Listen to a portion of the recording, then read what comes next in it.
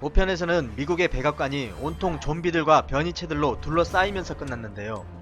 그것들을 앨리스 혼자 어떻게 다 해치울 수 있을까 했지만 역시나 좀비들이 거의 다 처리된 채로 6편이 시작됩니다.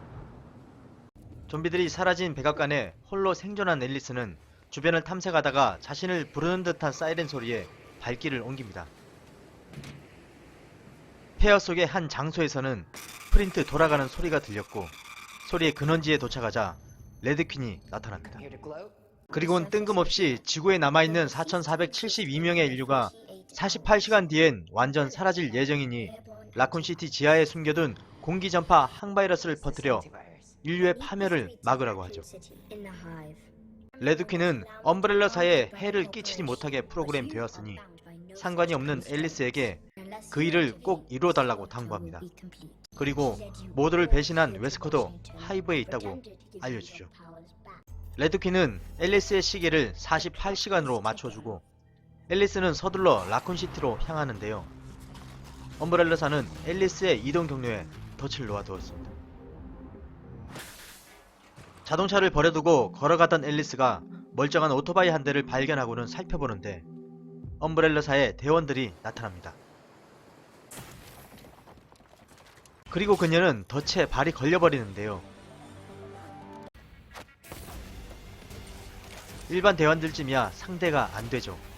손쉽게 놈들을 제거하고 오토바이를 타려고 하는데 승인되지 않은 탑승자에게 전기 충격이 가해집니다. 정신을 잃었던 앨리스는 어두컴컴한 방에서 깨어나는데요. 주변에는 역시 붙잡혀온 걸로 보이는 사람들이 있었고 그들은 무언가를 두려워합니다. 그때 죽었던 아이작 박사가 나타납니다. 앨리스가 3편에서 죽인 아이작 박사는 복제 인간이었다는 거죠. 그리고 여기는 바로 아이작 박사의 장갑차 내부인데요. 남은 인류를 끝내기 위해 좀비를 몰고 가고 있었습니다. 그리고 이번엔 앨리스를 미끼로 매달아 놓죠.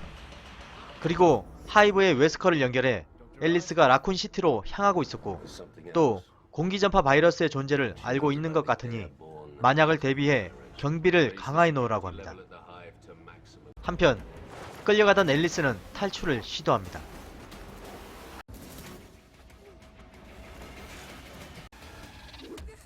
아이작 박사와 결투 중 오토바이가 경납된 걸 발견하는데요. 승인된 사용자의 지문이 필요하기 때문에 박사의 팔목을 잘라 그것을 사용해 탈출합니다. 아이작 박사는 발포를 명령하는데 그 대원은 바로 한국의 배우 이준기입니다. 하지만 앨리스는 결국 빠져나가는데 성공합니다.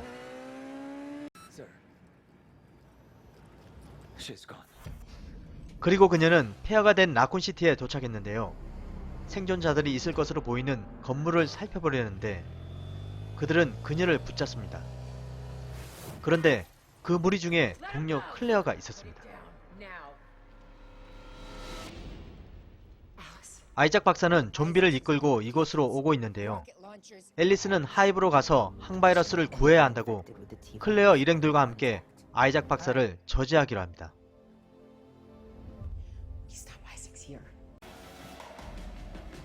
밤이 되자 아이작 박사가 접근을 하는데요. 먼저 준비한 가스통을 발사합니다.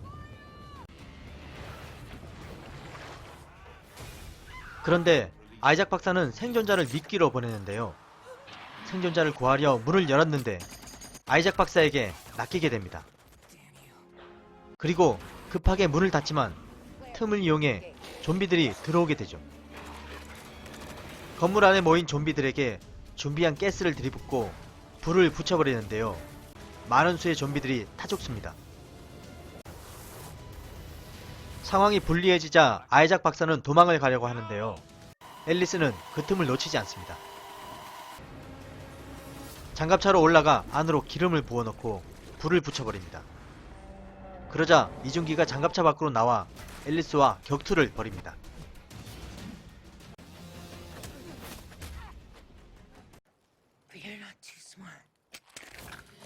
그 사이 아이작 박사는 도망을 가버렸고 이번엔 이준기가 좀비의 미끼가 돼버리죠.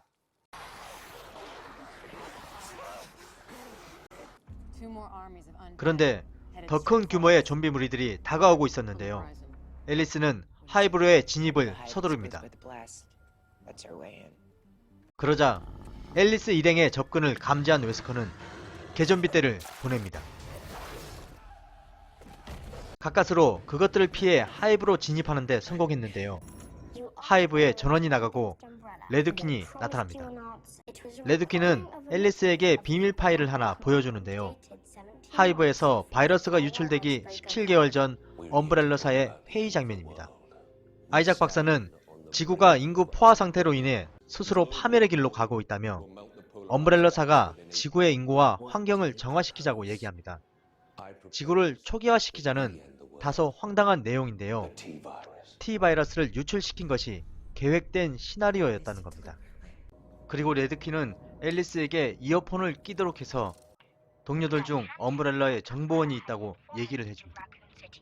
거대한 환풍기를 어렵게 통과하고 좁은 닥트를 통해 이동을 하는데요. 웨스커는 환풍구를 열어 사람들을 혼란시킵니다. 그리고 한 실험실에 떨어진 앨리스는 변이체를 만나게 되죠. 변이체는 2m 정도의 키에 날렵했는데요. 하지만 앨리스는 어렵사리 변이체를 죽입니다. 그리고 뒤따라 들어온 동료 덕과 합류하죠. 한편 앨리스가 장애물을 하나씩 해치며 점점 상황실을 향해 다가오자 다급해진 웨스커는 냉동 수면을 취하고 있던 진짜 아이작 박사를 깨웁니다. 앨리스가 상황실에 도착하자 아이작 박사가 기다리고 있었는데요. 그는 공기전파 치료제를 가지고 있었습니다. 치료제가 여기서 깨어지면 밖으로 전파가 안 되기 때문에 박사를 공격할 수 없었죠. 그리고 같이 들어온 동료 덕은 바로 엄브렐러사의 정보원이었습니다. 거기다가 아이작 박사는 앨리스 또한 복제인간이라고 말을 해주는데요. 박사와 같이 숨어 지냈던 진짜 앨리스가 나타납니다. 그녀의 이름은 엘리샤 마커스, 아이작 박사의 동업자이면서 T-바이러스의 창시자인 제임스 마커스의 딸입니다.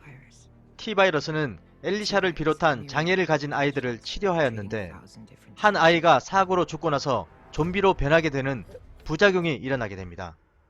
마커스는 당장 T-바이러스 프로그램을 폐지하자고 하지만 돈과 권력에 눈이 먼 아이작 박사는 마커스를 죽이게 되죠.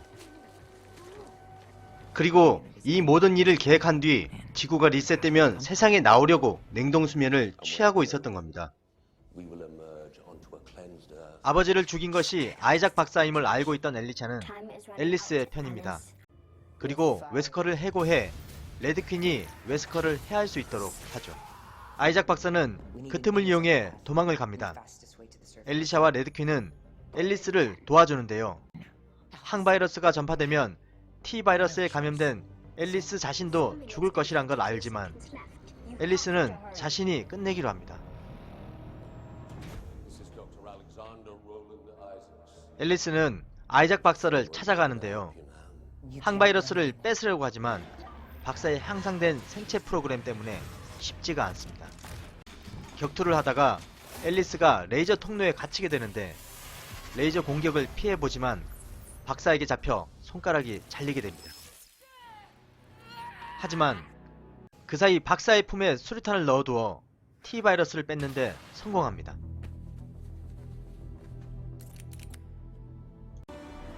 그리고 앨리스는 지상으로 올라가 끝내 항바이러스를 터뜨리죠. 그런데 앨리스는 죽지 않았는데요. 항바이러스는 앨리스 몸속에 T-바이러스만 파괴시켰습니다. 그리고 레드퀸은 엘리샤가 죽기 전 저장시킨 어릴 적 기억을 앨리스에게 돌려주어 진짜 인간으로서 살 수 있게 해줍니다. 이렇게 2002년 레지던트 이블 1편을 시작해서 2016년 레지던트 이블 파멸의 날을 끝으로 시리즈가 막을 내렸는데요. 반갑게도 레지던트 이블 리부트를 제작한다는 소식이 있더라고요.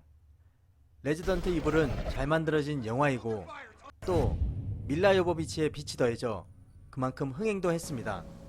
하지만 3편에선 지구로 퍼진 T-바이러스 때문에 지구 전체가 황폐화되었다는 다소 황당한 스토리로 나아가면서 초반의 인기가 좀 사그라들었는데요.